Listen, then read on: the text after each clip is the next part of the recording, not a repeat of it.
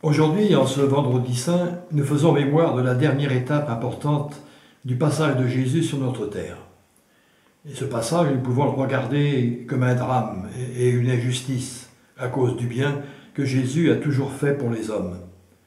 Nous pouvons aussi y voir dans la foi une espérance forte, puisque par sa mort, par amour sur la croix et par sa résurrection, il a ouvert un chemin d'avenir et de vie sans fin avec Dieu pour toute l'humanité.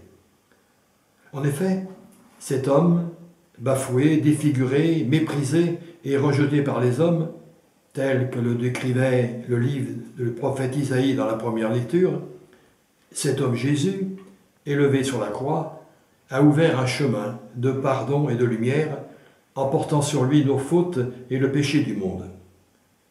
Sur lui et en lui, il porte aussi tous ceux et celles qui sont touchés par l'épidémie, les soignants, les familles éprouvées, mais aussi ces populations plus pauvres qui n'ont pas les capacités de pouvoir se soigner, les pays qui continuent de subir la guerre, et tous ceux et celles qui souffrent physiquement et moralement. Mais Jésus le Christ n'est pas écrasé par ce qui lui arrive. Lui qui a dit « Ma vie, nul ne la prend, mais c'est moi qui la donne ». Si bien que saint Jean, dans son évangile, ne présente pas la passion et la mort de Jésus comme un anéantissement, mais comme une glorification.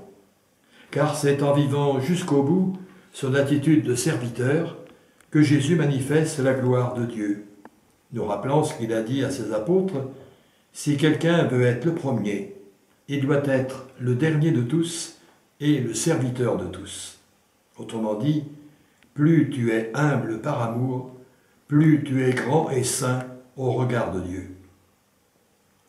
N'y a-t-il pas là pour nous un bel appel pour vivre cette semaine sainte dans la simplicité et dans la confiance en Dieu, quels que soient les événements?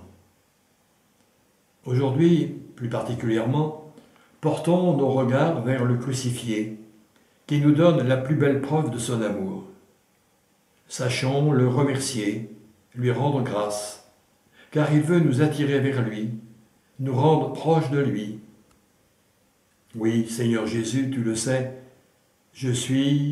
nous sommes faibles et pécheurs. Mais je le sais aussi, tu viens encore nous sauver, nous pardonner, nous encourager à vivre toujours mieux avec toi.